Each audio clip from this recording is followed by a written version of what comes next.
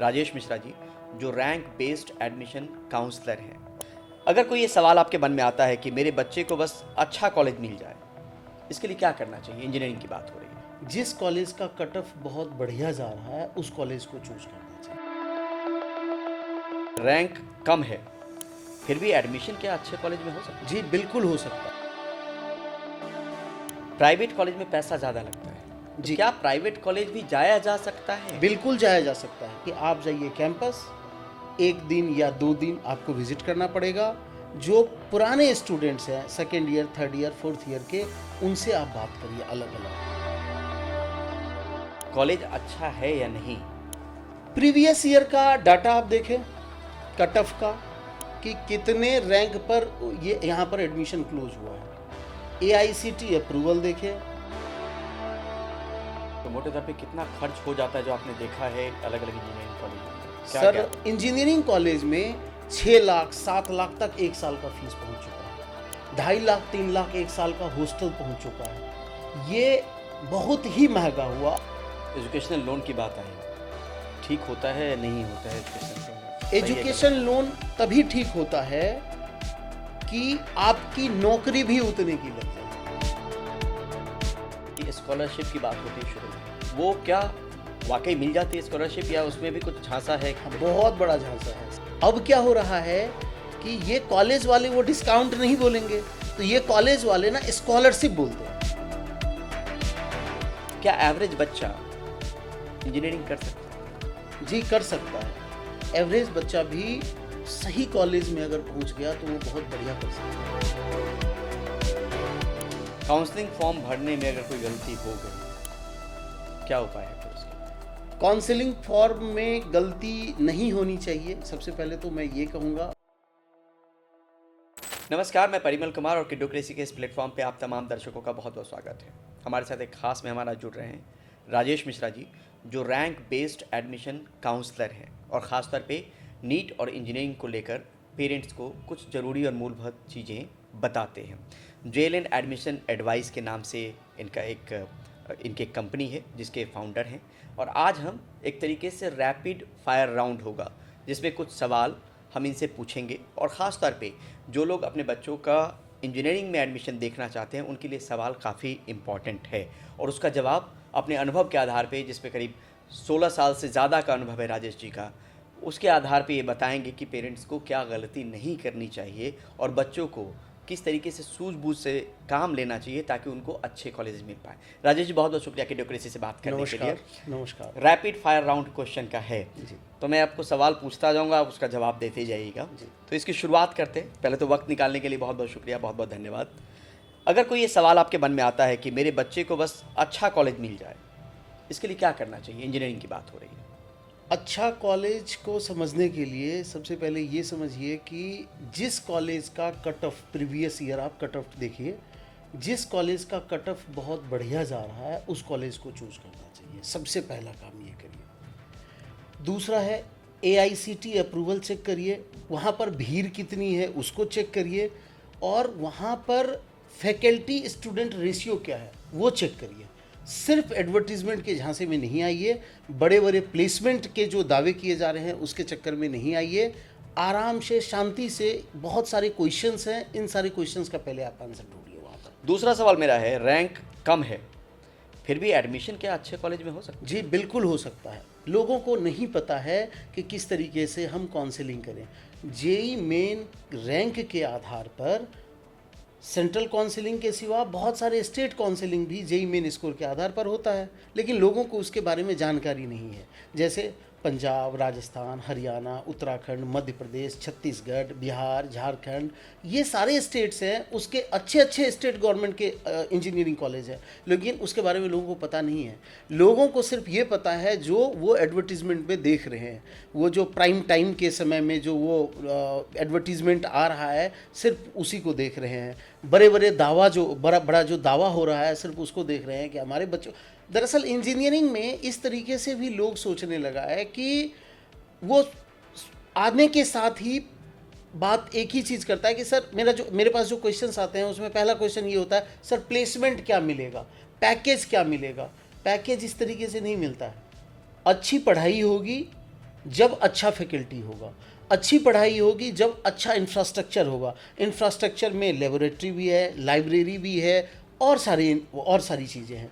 तो पेरेंट्स का ये रहता है कि मुझे सिर्फ प्लेसमेंट की वो बात करता है और बाकी चीज़ों की वो बात नहीं करता है, फैकल्टी के बारे में तो कोई बात ही नहीं करता है। जी। तीसरा सवाल है मेरा, प्राइवेट कॉलेज में पैसा ज़्यादा लगता है, तो जी। क्या प्राइवेट कॉलेज भी जाया जा सकता है? बिल्कुल जाया जा सकता है। प्राइवेट कॉलेज सारे खराब नहीं हैं, लेकिन आपको सूझबूझ से वहाँ पर काम लेना पड़ेगा। आपको भीड़ को देखना है, आपको AICTE अप्रूवल चेक करना है, प्लेसमेंट के दावे को चेक करना है। अगर वो सब ठीक है तो आपको एडमिशन प्राइवेट कॉलेज में भी लेना चाहिए, प्राइवेट यूनिवर्सिटी में भी लेना चाहिए। अब प्लेसमेंट के दावे को कैसे चेक कर सकता है कोई प्राइवेट कॉलेज में पैसा ज़्यादा लगता है, तो जी। क्या प्राइवेट कॉलेज भी जाया जा सकता है? बिल्कुल जाया जा सकता है। तो कॉलेज बहुत बड़ा बड़ा चीज़ लिखता है। सबसे बेहतर तरीका है कि आप जाइए कैंपस, 1 दिन या 2 दिन आपको विजिट करना पड़ेगा। जो पुराने स्टूडेंट्स हैं, second year, third year, fourth year के, उनसे आप बात करिए अलग अलग। आपको पता चल मतलब जाएगा टाइम कि इस इन्वेस्ट करना कॉलेज पड़ेगा। आपको टाइम इन्वेस्ट करना पड़ेगा। और ये बहुत इंपॉर्टेंट है, जब आप ना एक प्रोडक्ट नहीं खरीद रहे हैं, आप कैरियर के बारे में सोच रहे हैं, बच्चा का कैरियर कैसे होगा, तो उसके लिए समय आपको देना पड़ेगा। जल्दबाजी निर्णय नहीं लीजिए। पांचवा सवाल है मेरा राजेश जी कि CSE कंप्यूटर साइंस का बड़ा क्रेज़ है, मतलब यहीं पे ज़िंदगी ख़त्म हो जाती है, यहीं से शुरू होती है, क्या ऐसा है? दरअसल ये अभी ट्रेंड 14-15 के बाद से, 2014-15 के बाद से मैं देख रहा हूँ कि ये ट्रेंड कंप्यूटर साइंस इंजीनियरिंग को लेकर के है। स्टूडेंट इसके सिवा कोई ब्रांच चूज करना ही नहीं चाह रहा है। उनको लगता है कि कंप्यूटर में ही एक प्लेसमेंट मिलता है। हाँ, कंप्यूटर साइंस अच्छा ब्रांच है, पैकेज भी अच्छा मिलता है, लेकिन वो हर एक स्टूडेंट के लिए नहीं है। आप ये समझिए कि मार्केट में अभी इतना ज़्यादा डिमांड है, और जो ये प्राइवेट यूनिवर्सिटीज़ हैं उन्होंने इतनी सीटें बढ़ा दी है, वो जितनी मर्जी उतना एडमिशन ले रहा है। कई जगह आपको 10-10 हज़ार, 12-12 हज़ार स्टूडेंट्स सिर्फ एक branch, computer science engineering branch में आपको बच्चे मिल जाएंगे। वहाँ पर आपको पता करना चाहिए कि वहाँ का पढ़ाई का स्तर क्या है। आपको ये भी समझना पड़ेगा कंप्यूटर साइंस लेने से पहले कि आपका मैथमेटिक्स, लॉजिक, आप उसमें कितने स्ट्रॉन्ग हैं, तभी आप कंप्यूटर साइंस इंजीनियरिंग पढ़ें। सिर्फ ब्रांच को नहीं देख करके एडमिशन लेना चाहिए। कॉलेज कभी भी इम्पोर्टेंट होता है। मैं आपको ध्यान दिलाना चाहूँगा, IIT में 2,500-3 हज़ार रैंक वाले बच्चे सिविल, इलेक्ट्रिकल, मैकेनिकल और भी बहुत सारी ब्रांच पढ़ते हैं। तो वो क्या बेवकूफ़ लोग हैं इतने अच्छे रैंक वाले? और ये 12 लाख, 14 लाख, 15 लाख रैंक वाले जाते हैं कंप्यूटर साइंस इंजीनियरिंग में, किसी भी बेकार कॉलेज में एडमिशन ले लेते हैं। ये समझदारी नहीं है। तो ब्रांच कोई भी देखा जाए, ब्रांच, कॉलेज इंपॉर्टेंट होता है, ब्रांच भी इंपॉर्टेंट है, लेकिन उससे ज़्यादा मेरे हिसाब से कॉलेज इंपॉर्टेंट है। अब कॉलेज से जुड़ा सवाल है मेरा, कॉलेज अच्छा है या नहीं? कुछ जवाब आपने दिया है, लेकिन फिर भी अगर पेरेंट्स को बताएं, कैसे पहचाने कॉलेज अच्छा है कि नहीं? प्रीवियस ईयर का डाटा आप देखें, कट ऑफ का, कि कितने रैंक पर ये यहाँ पर एडमिशन क्लोज हुआ है। AICTE अप्रूवल देखें, और सबसे इम्पॉर्टेंट कि आप जाएं, मैं फिर से मैं कह रहा हूँ, आप कॉलेज जाएं, वहाँ के सीनियर स्टूडेंट से आप बात करें। सिर्फ ब्रोशर देख करके या वेबसाइट पर जो मार्केटिंग कंटेंट लिखा हुआ है उसके आधार पर आप एडमिशन ना लें। फ़ी को लेकर अगर बताएंगे तो मोटे तौर पे कितना खर्च हो जाता है जो आपने देखा है अलग अलग इंजीनियरिंग कॉलेजों में? सर, अब तो मुझे ये लगता है कि इंजीनियरिंग कराना मध्यम वर्गीय परिवार के लिए शायद इम्पॉसिबल होता जा रहा है। मेडिकल की तरह नहीं, मेडिकल की तरह इंजीनियरिंग कॉलेज में 6 लाख 7 लाख तक एक साल का फीस पहुंच चुका है। 2.5 लाख 3 लाख एक साल का हॉस्टल पहुंच चुका है। ये बहुत ही महंगा हुआ। आपको ROI देखना पड़ेगा, आपने कितने पैसे लगाए, क्या उतनी नौकरियां मिल जाती है, उतने पैसे की नौकरी मिल जाएगी। आपने अगर 6 लाख रुपया एक साल के लिए फ़ीस दिया, 4 साल का फीस 24 लाख रुपया हुआ, फिर 2 लाख के हिसाब से भी कम से कम हॉस्टल आप मान के चलिए 8 लाख, वो 32-33 लाख रुपया और भी खर्चे हैं। तो क्या उतनी की नौकरियां मिल जाएंगी? नहीं मिलेंगी। तो इसलिए मेरा कहना है कि आप सस्ता कॉलेज ज़रूर देखिए सिर्फ। और ये क्यों हो रहा है, ये महंगा क्यों कर रहा है, और ये डिमांड में क्यों हो रहा है, लोग दे भी क्यों रहे हैं पैसा? इसका ये कारण है कि मार्केटिंग इतना खतरनाक तरीका से किया गया है कि बस आप हमारे कॉलेज में आ जाइए, आपके बच्चे का तो प्लेसमेंट इतना का पैकेज मिल जाएगा। लोग सोचते हैं कोई बात नहीं, इतना पैसा लोन लेकर के भी हम कर लेते हैं, लेकिन बाद में वही पैनिक कर देता है, वही लोन और ईएमआई का प्रेशर जो है और परेशान करता है। प्लीज़ इतने अमाउंट मत खर्च करिए, कम पैसे में बढ़िया बढ़िया कॉलेज मिल जाएगा आपको। गवर्नमेंट कॉलेज में भी आप ट्राई करिए, गवर्नमेंट कॉलेज बहुत इंपॉर्टेंट है, ये मैं बार बार कह रहा हूँ। एजुकेशनल लोन की बात आई, ठीक होता है या नहीं होता है एजुकेशनल लोन? सही है एजुकेशन लोन तभी ठीक होता है कि आपकी नौकरी भी उतने की लग जाए। लेकिन मार्केट में हो क्या रहा है, जो ये प्राइवेट यूनिवर्सिटीज़ हैं ये एडमिशन एक ब्रांच में बहुत सारे लेकर के रखे हुए हैं, नौकरियां सबको मिलती नहीं है। सिर्फ वो 10, 20, 50, 100 बच्चे का, मान के चलिए 10,000 बच्चों में से 500 बच्चों का अगर प्लेसमेंट हो गया तो परसेंटेज आप कैलकुलेट कर लीजिए कितने बच्चों को नौकरी मिली और बाकी कहाँ गए।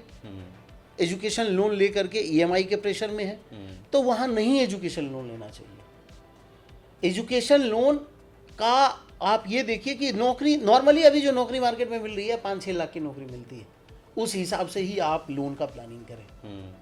मैं एवरेज पैकेज की बात कर रहा हूँ, जो कॉलेज है एवरेज कॉलेज है उसमें 5-6 लाख का पैकेज मिलता है, ये रियलिटी है। वो बड़े बड़े जो दावे किए जा रहे हैं वो सब ठीक नहीं है। अगर बच्चे ने ठीक से पढ़ाई नहीं करी तो फिर नौकरी का और ज़्यादा परेशानी। अब इसी से जुड़ा एक सवाल है कि स्कॉलरशिप की बात होती है शुरू में, वो क्या वाकई मिल जाती है स्कॉलरशिप या उसमें भी कुछ झांसा है? बहुत बड़ा झांसा है सर। आप ये समझिए, जब आप प्रोडक्ट परचेज करने के लिए जाते हैं तो वहाँ पर डिस्काउंट का ऑफ़र किया जाता है। कोई जब सामान खरीदने जाते हैं तो वहाँ पर डिस्काउंट का ऑफ़र किया जाता है। अब क्या हो रहा है कि ये कॉलेज वाले वो डिस्काउंट नहीं बोलेंगे, तो ये कॉलेज वाले ना स्कॉलरशिप बोलते हैं। अरे भाई, उसका रैंक 10 लाख है जेई मेन में, किसी तरीके से बेचारे ने फर्स्ट डिवीज़न लाया है 60%, 58%, और किस बात के लिए स्कॉलरशिप दे रहे हैं आप? स्कॉलरशिप सिर्फ फर्स्ट ईयर, ज़्यादातर कॉलेजों में। इसीलिए मैं कह रहा हूँ कि स्कॉलरशिप बहुत ध्यान से समझने वाली बात है। क्या वो फर्स्ट ईयर ही दिया जा रहा है या आगे भी वो रहेगा, जारी रहेगा? क्या उसमें क्या क्या कंडीशंस है उसमें? अगर सेकेंड ईयर में दिया जा रहा है तो उसके कंडीशंस इतने ज़्यादा बढ़ जाएंगे कि आप एलिजिबल ही नहीं हो पाएंगे। तो इसीलिए स्कॉलरशिप जो कॉलेज दे रहा है उसको तो बिल्कुल ध्यान से देखिए। उस कॉलेज में एडमिशन लेने से पहले 5 बार आप सोचिए। ये रैपिड फायर राउंड है ताकि आप लोगों की जो जिज्ञासा है, जो अपने बच्चे की इंजीनियरिंग कॉलेज में एडमिशन की राह देख रहे होंगे, उसके लिए कोशिश कर रहे होंगे, तो एक अनुभवी आदमी से जो आपके मन के सवाल हैं वो टटोलने की कोशिश और उसके जवाब तलाशने की कोशिश है। अब राजेश जी, एक और सवाल है, क्या एवरेज बच्चा इंजीनियरिंग कर सकता है? जी, कर सकता है। एवरेज बच्चा भी सही कॉलेज में अगर पहुंच गया तो वो बहुत बढ़िया कर सकता है, बहुत बढ़िया कर सकता है। लेकिन कॉलेज बहुत इंपॉर्टेंट है, ये मैं बार बार कह रहा हूँ, कॉलेज बहुत इंपॉर्टेंट है। कॉलेज का सिलेक्शन बहुत सही तरीके से होना चाहिए। इंग्लिश वीक है तब भी? हाँ, चलेगा, कोई दिक्कत नहीं है। वहाँ पर इस तरीके बहुत सारे कॉलेजेस में पर्सनालिटी डेवलपमेंट के लिए फैकल्टी होता है, वहाँ पर ये कराया जाता है, ये सब सिखाया जाता है, तो करना चाहिए, कोई दिक्कत नहीं। कैटेगरी सर्टिफिकेट अगर किसी के पास है, क्या उसका एडवांटेज मिलता है? बहुत ज़्यादा एडवांटेज मिलता है, अलग अलग है। जैसे EWS है, OBC है, SC है, ST है, PWD है, डिफेंस कैटेगरी का है, फ्रीडम फाइटर्स का कैटेगरी है। ये सब में अगर आपके पास, लेकिन डॉक्यूमेंट्स ध्यान से देखिए, ये पुराने डॉक्यूमेंट्स नहीं चलेंगे। 1 अप्रैल 2026 के बाद का सारा डॉक्यूमेंट्स होना चाहिए, अभी आप तैयार कर लें। काउंसलिंग फॉर्म भरने में अगर कोई गलती हो गई, क्या उपाय है फिर उसके? काउंसलिंग फॉर्म में गलती नहीं होनी चाहिए। सबसे पहले तो मैं ये कहूँगा, बहुत ध्यान से उसमें करने की ज़रूरत है। बहुत सारे पेरेंट्स को मैंने देखा कि वो साइबर कैफ़े से जा कर के रजिस्ट्रेशन करवा लेते हैं। उन्होंने अपना ईमेल आईडी और फ़ोन नंबर डाल दिया। अब बाद में जब काउंसलिंग और अलॉटमेंट की बात आई तो पता चल रहा है कि OTP उसके पास जा रहा है, अब वो फ़ोन ही नहीं उठा रहा है, आपका काउंसलिंग रुक गया। तो काउंसलिंग के लिए रजिस्ट्रेशन बहुत अहम है, बहुत सावधानी से करनी चाहिए। चॉइस किस तरीके से भरना चाहिए, कौन सा कॉलेज ऊपर, कौन सा कॉलेज नीचे? जी, बहुत इंपॉर्टेंट क्वेश्चन है ये। चॉइस फिलिंग पूरा गेम को कंट्रोल करता है, मतलब पूरा जो एडमिशन जर्नी है उसको चॉइस फिलिंग ही कंट्रोल करता है। किस तरीके से? चॉइसेस का मतलब है आपका प्रायोरिटी ऑर्डर, आपने क्या प्रायोरिटी में नंबर 1 में आपने क्या लिखा है, नंबर 2 में आपने कौन सा कॉलेज दिया है। अधिकांश बच्चों को आप देखेंगे कि बस वो computer science computer science computer science computer science आपने भर दिया, बस हो गया। उनको लगा कि हमने, और देखिए बहुत सारे पेरेंट्स को चॉइस फिलिंग के बारे में नहीं पता है। उसका ये कारण है कि वो यूट्यूब पर या रैंडम सलाह जैसे किसी से पूछ लिया और बस वो रैंडम सलाह पर, इस तरीके से चॉइस फिलिंग नहीं करनी चाहिए। चॉइस फिलिंग के लिए आपका प्रॉपर ऑर्डर तरीका समझना चाहिए, किस कॉलेज का कौन सा ब्रांच ऊपर रखना है, उसके बाद फिर क्या रखना है, उसके बाद फिर क्या रखना है।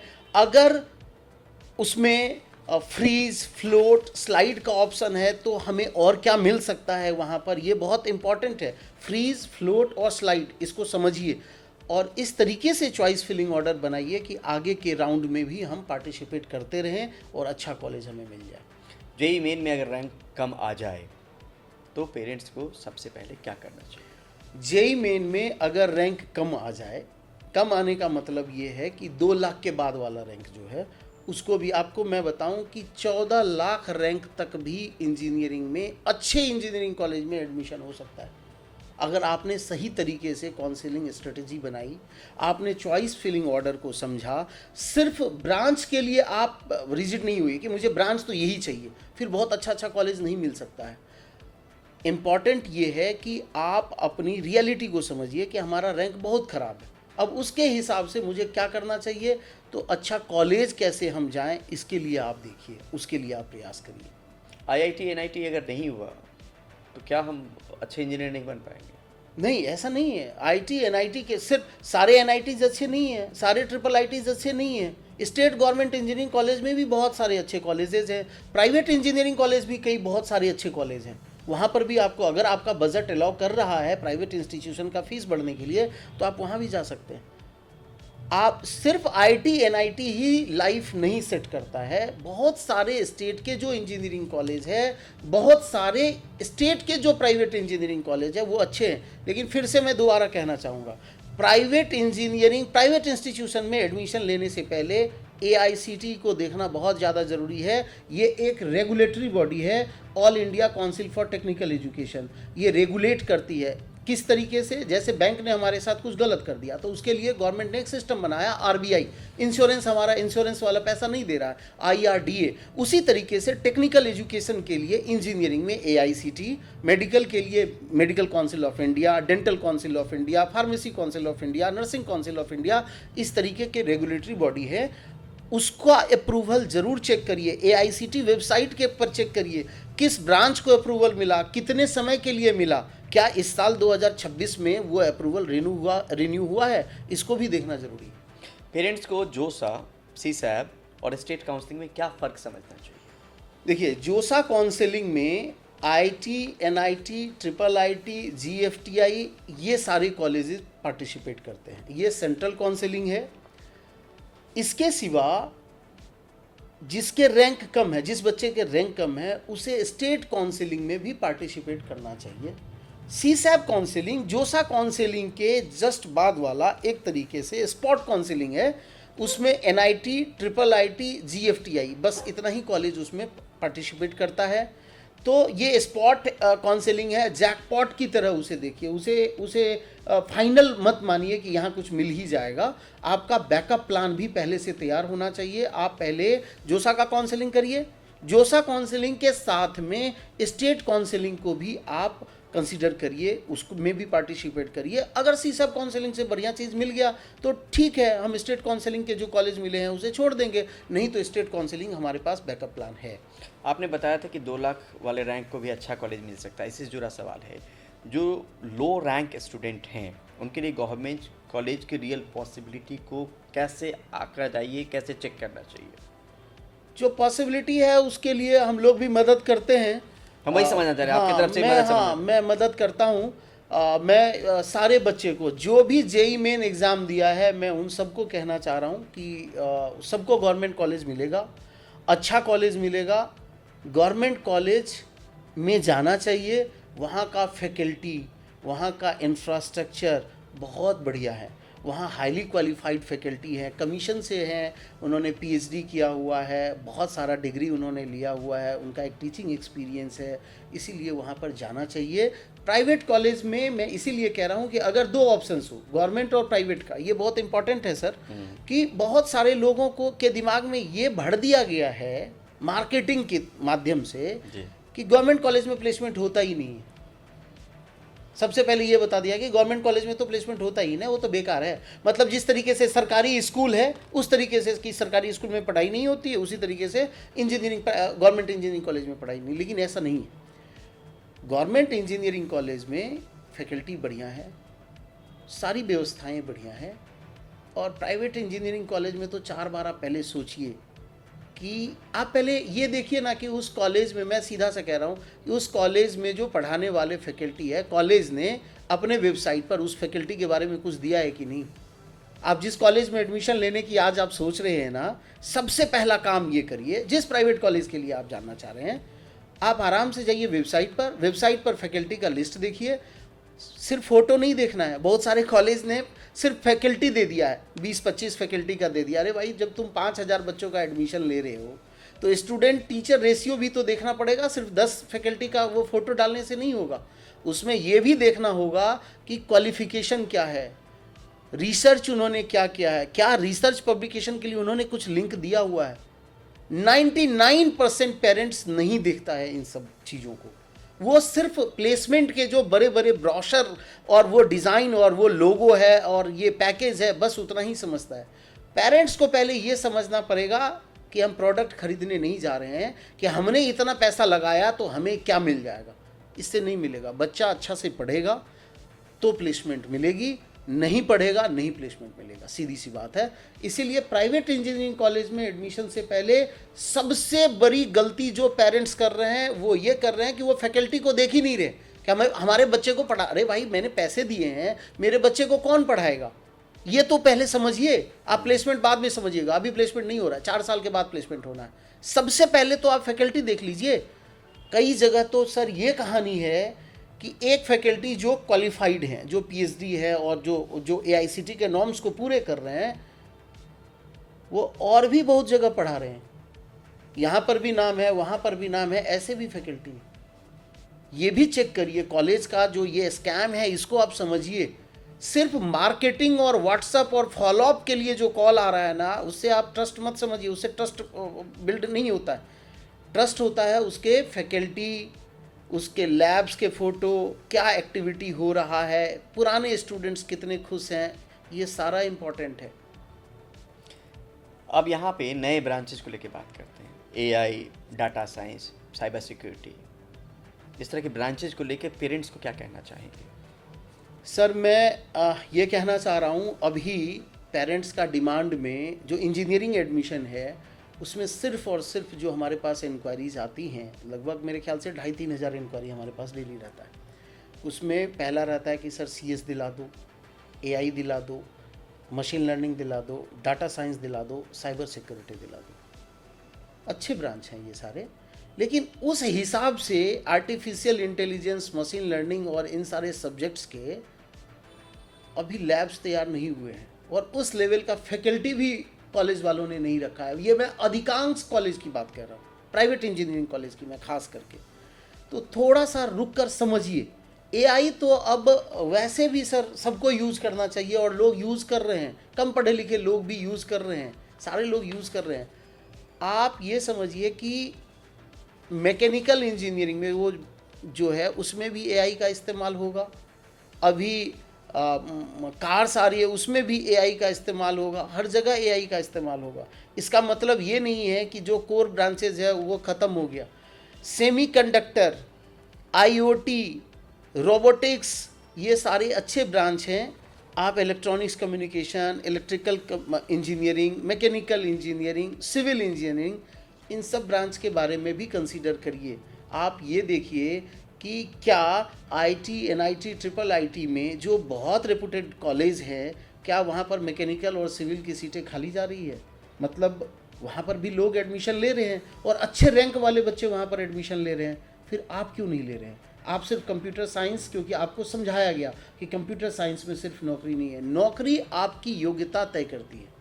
नौकरी कॉलेज नहीं तय करता है कि इस कॉलेज में एडमिशन ले लिया तो हो गया, इस तरीके से नहीं होता है।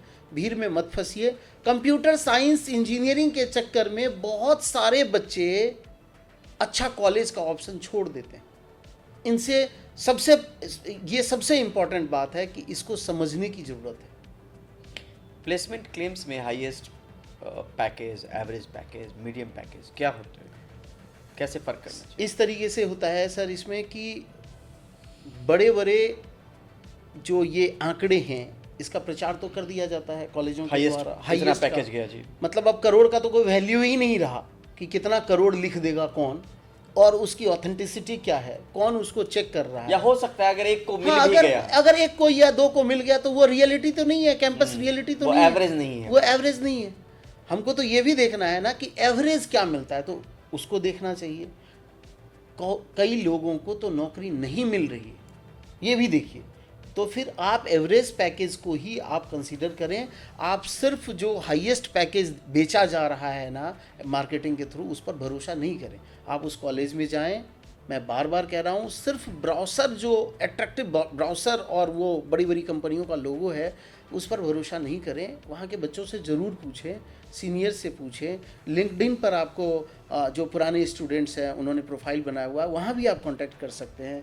क्यूरा पर भी बहुत सारा है, सोशल मीडिया प्लेटफॉर्म है, वहाँ पर भी आपको उसकी बात को समझना चाहिए। कॉलेज के बड़े बड़े आंकड़े से बचना चाहिए। कौन से बच्चे हैं जो बेरोजगार रह जाते हैं इंजीनियरिंग करने के बाद, या धक्के बहुत मशक्कत करनी पड़ती है नौकरी पाने को लेकर, उसमें पेरेंट्स की कहाँ पे गलती रह जाती है? कुछ गलतियाँ बच्चे भी करते होंगे जी कि पढ़ाई नहीं की जी। पेरेंट्स कहाँ चूक कर जाता है जिनके बच्चे बाद में नौकरी के लिए मशक्कत करते हैं इंजीनियरिंग करने के बावजूद भी? पहला क्वेश्चन ये है कि किस बच्चे को नौकरी नहीं मिलती है। नौकरी उस बच्चे को नहीं मिलती है जो सिर्फ कॉलेज में कहीं पर एडमिशन ले लिया। वहाँ टोकने वाला कोई नहीं है। इसलिए नहीं टोकने वाला है कि आप उस बच्चे की शिकायत अगर हो जाए मैनेजमेंट के पास तो बेचारे टीचर की नौकरी चली जाएगी। तो बच्चे को टोकते भी नहीं है, हाँ ठीक है बेटा नहीं पढ़े कोई बात नहीं, कल आ जाना, कल पढ़ लेना। उनका मतलब आपको पढ़ाना है ही नहीं। बहुत सारी जगह पर बिजनेस है ये, वो एक बिजनेस है। तो सबसे पहले ये समझिए। और वो क्या है, मेंटर मेंटी सिस्टम है कि नहीं, ये बहुत इंपॉर्टेंट है। हमारे बच्चे को कौन देख रहा है? भीड़ में 10,000 8,000 बच्चे हैं, आपका बच्चा इस कॉलेज आया नहीं आया उससे कोई मतलब नहीं है। हाँ, फीस के लिए जो है वो रिमाइंडर जाएगा और वो फीस जमा कर दीजिए, कहानी ख़त्म है। पेरेंट्स जो है उस बात को समझ नहीं पा रहे। पेरेंट्स को मैं बार बार समझाने की, मैं अपने काउंसलिंग में और जो लोग आते हैं मैं उन्हें कहता हूँ कि सबसे पहले शांति से ये समझिए कि इस कॉलेज में क्यों जाना चाहिए, कंप्यूटर साइंस इंजीनियरिंग ब्रांच ही क्यों पढ़ना चाहिए, उससे क्या मिल जाएगा आपको। कंप्यूटर में इंटरेस्ट है, मतलब कंप्यूटर में इंटरेस्ट है तो कुछ ऐप बनाया है, कुछ बहुत बढ़िया काम किया है, तो बात समझ में आ रही है। कंप्यूटर में सबका बस इंटरेस्ट से कि कंप्यूटर, अभी तो 10+2 के जो बच्चे हैं उसके इंटरेस्ट को नहीं होगा। आपको मार्केट रियलिटी भी समझना पड़ेगा कि मार्केट में जॉब कितनी है। आप डिमांड और सप्लाई समझे बिना अगर आपने ब्रांच को ऑप्ट कर लिया तो बाद में परेशानी होगी ही, फिर नौकरी नहीं मिलेगी। आपको समझना पड़ेगा कि क्या डिमांड है। हाँ, अभी है कंप्यूटर साइंस इंजीनियरिंग बहुत बढ़िया चल रहा है, लेकिन साथ में आप ये भी देखिए ना कि 90% से ज़्यादा स्टूडेंट, जो 14,30,000 बच्चे इस बार जेईई मेन में अपीयर्ड हुए जो यूनिक कैंडिडेट हैं, वो तो 13 लाख के आसपास जो है बच्चे एग्ज़ाम दिए जेईई मेन के। और बहुत सारे बच्चे ऐसे हैं जो कि जेईई मेन दिया ही नहीं, उसने किसी रिश्तेदार का एडमिशन हुआ, मौसी के लड़के का एडमिशन हो गया तो आज मैं भी एडमिशन ले लूँ, और वो कॉलेज के लिए निकल गया कि ठीक है। वो सीरियस नहीं है। अगर वो सीरियस होता तो एंट्रेंस एग्जाम देता, लेकिन वो सीरियस नहीं है, बस आया और एडमिशन ले लिया। तो अब एडमिशन वैसे ही कॉलेज में मिलेंगे, फिर नौकरी नहीं मिलेगी।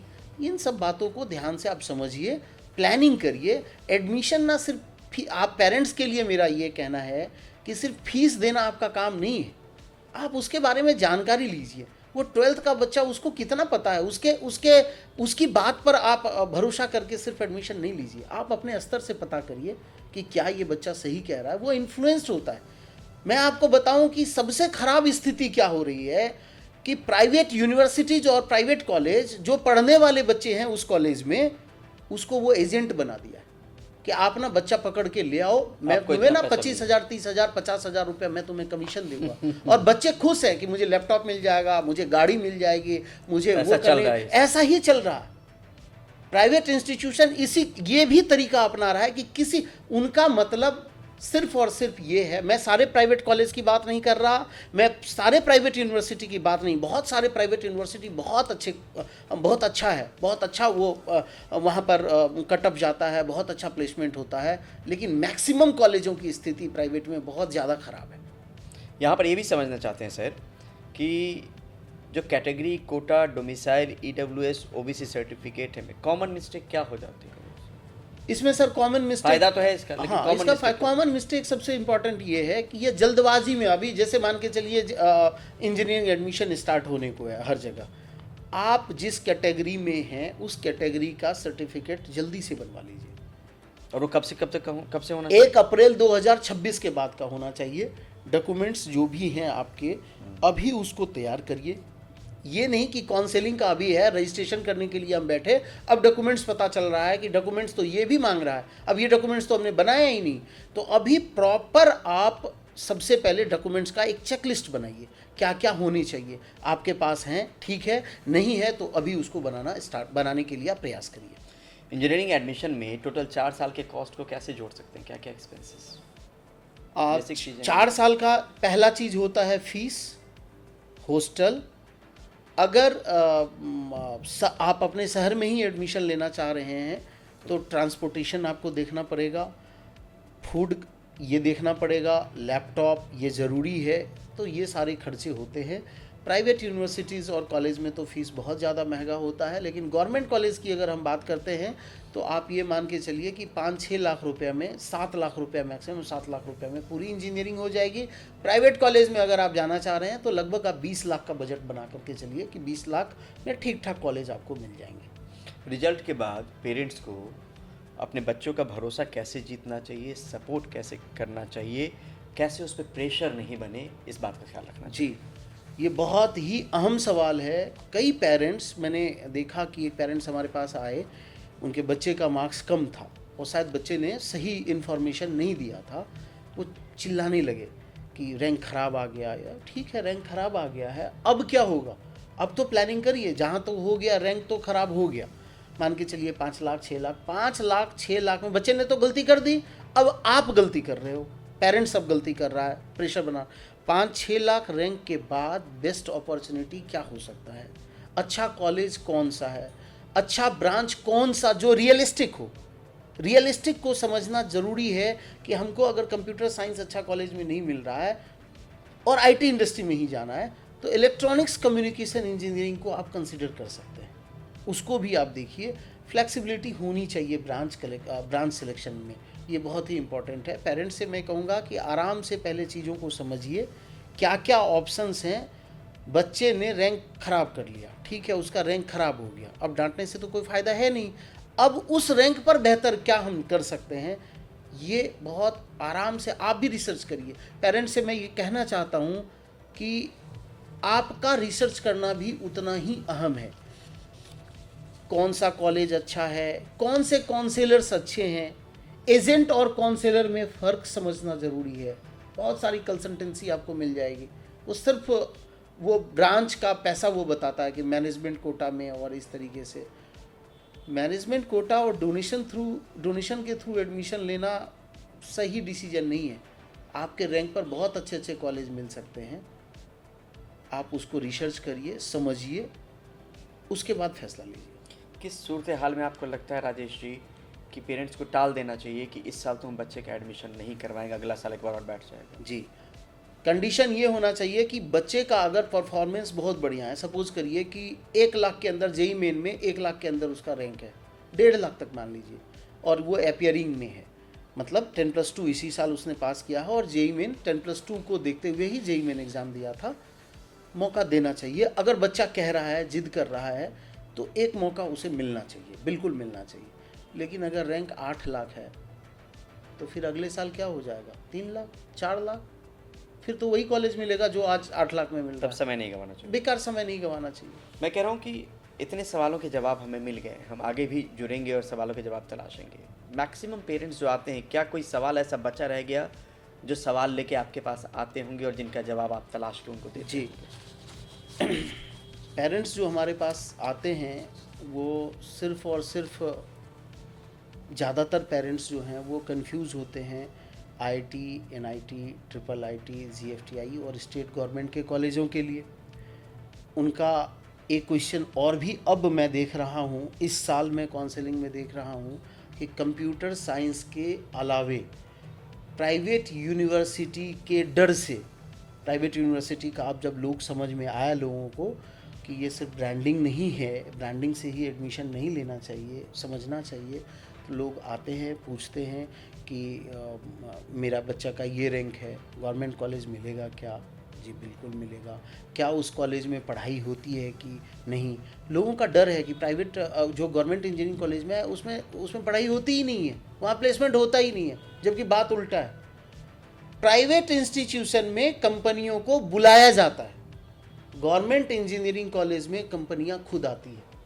ये एक बेसिक डिफरेंस है। इसीलिए गवर्नमेंट कॉलेज को आप देखिए, क्वेश्चन में इसमें रैंक को समझिए, कैटेगरी को समझिए, फीस को समझिए, ब्रांच को समझिए, और लोकेशन भी मैटर करता है, लोकेशन समझिए। यही सारा क्वेश्चन जो है वो पेरेंट्स पूछते हैं और इसी का मैं आंसर देने की कोशिश कर रहा हूँ।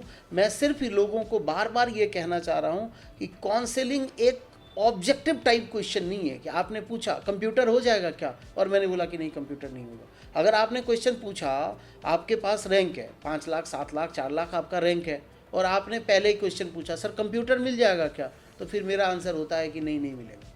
अरे आराम से समझिए, ये प्रोफाइल डिपेंडेंट होता है, ये काउंसलिंग प्रोसेस प्रोफाइल डिपेंडेंट होता है। किसी और बच्चे के लिए क्या सही है, किसी और बच्चे के लिए क्या सही है, किस बच्चे के लिए क्या गलत है, गलत डिसीजन वहाँ पर नहीं लेना चाहिए। अब मान के चलिए एवरेज फैमिली जो है, जिसका कि इनकम कम है जिस फैमिली का, अब वो क्या कर रहा है कि लोगों को देखा देखी प्राइवेट यूनिवर्सिटी में एडमिशन ले लेता है, 25 लाख 30 लाख का फीस दे दिया। वो आपके लिए सूट नहीं कर रहा है, मत लीजिए। लेकिन जिनकी पेइंग कैपेसिटी अच्छी है और कॉलेज भी अच्छा मिल रहा है, तो फिर मैं उन्हें बताता हूँ कि नहीं आप अच्छा कॉलेज में जाइए। प्राइवेट इंजीनियरिंग कॉलेज में भी बहुत अच्छे अच्छे कॉलेज हैं, वहाँ पर आप जाइए। तो काउंसलिंग टोटली डिपेंड करता है आपके प्रोफाइल पर, आपकी कंडीशन क्या है, उसमें आपके बच्चे के रैंक, एजुकेशन क्वालिफिकेशन, आपका बजट, ये सारी बात, आपका कैटेगरी, ये सारी बातों को मिला करके एक फाइनल एडमिशन डिसीजन लेना चाहिए। बहुत बहुत शुक्रिया राजेश जी, बहुत सारे सवालों का जवाब आपने दिया। उम्मीद है कि पेरेंट्स जिनका बच्चा इंजीनियरिंग करना चाह रहा हो, इस बार एडमिशन लेना चाह रहा हो, आगे की योजना हो, उनके बहुत सारे सवालों का एक जवाब मिल जाएगा। अगर फिर भी मन में कोई सवाल है तो नीचे आप ज़रूर अपना सवाल पूछें और हम कोशिश करेंगे उन सवालों का जवाब तलाश तक आप तक पहुँचाएँ। बहुत बहुत शुक्रिया, बहुत बहुत